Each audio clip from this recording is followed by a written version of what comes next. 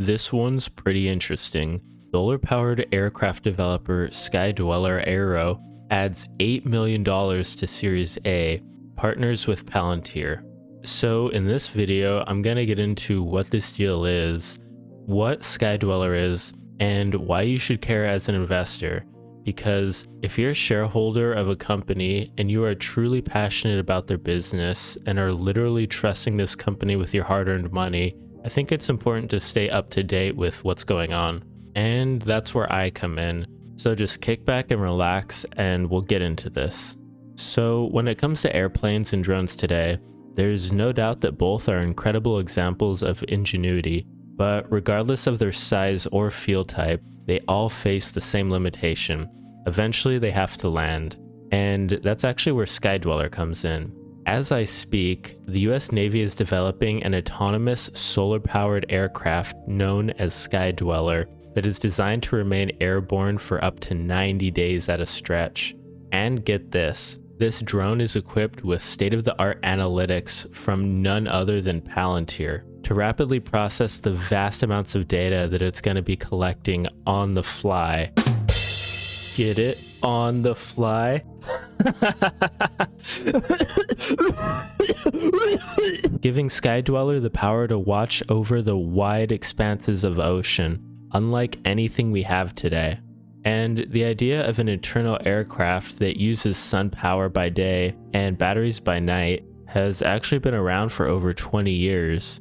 NASA's giant Helios prototype flew to over 90,000 feet in 2001, but it was extremely fragile and ended up breaking in mid-flight in 2007. However, Skydweller comes from a more robust beginning, as it is actually based on the Solar Impulse 2 aircraft, which flew around the world in stages in 2016. And the current Skydweller prototype is the Solar Impulse 2 airframe, which has been modified for unmanned operation. And because the Solar Impulse team has worked to the safety standards of manned aircrafts, and because they had to deal with the weight of human beings, they had to build this aircraft far stronger than anything they've built before. And the main reason that the Navy is developing Skydweller is that the vehicle will be able to carry payloads of sensors, communications, and electronic warfare equipment on missions lasting up to 3 months.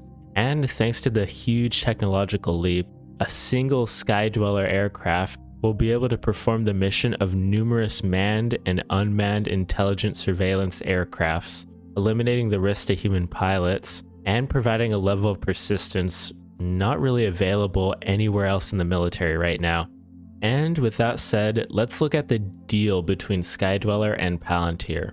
So Skydweller made a pitch, which helped the company raise $32 million in Series A, and has led to an additional $8 million in oversubscribed funding led by the aerospace company Leonard, as well as some other investment firms like Marlinspike Capital and Advection Growth Capital. And Skydweller will be using Palantir's product Foundry as their analytics platform to process all the information the vehicle intends to collect. And make no mistake, Skydweller will be generating a lot of data. The company is focusing on 3 data-rich markets: telecommunications, geospatial intelligence, and government surveillance. Skydweller plans to use the Foundry platform to help its customers, which include the government, to more intelligently understand whatever areas are being monitored. So basically, you can kind of think about it like this. This is an all-electric aircraft with 2,200 square foot solar panel wings, 600 kilograms of batteries, and a hydrogen fuel cell backup power system. And even though these solar panels will help maintain long-distance flights, they will also be used to power systems for their customers, like geospatial camera systems and payloads for telecommunications clients. Skydweller will also carry items like day and night imaging cameras, plus imaging radar and other sensors.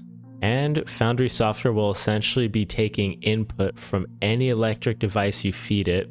It'll then parse through all that data at an insane rate, and with the help of Palantir's artificial intelligence, you can gain deeper insights into basically whatever you want. And if that sounds pretty abstract, that's because it kinda is. Palantir isn't called Silicon Valley's most secretive unicorn for nothing. And yes, Palantir is really called that.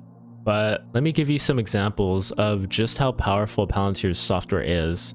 Palantir is credited with helping find Osama bin Laden and is credited with giving the military a quote-unquote God's eye view of Afghanistan.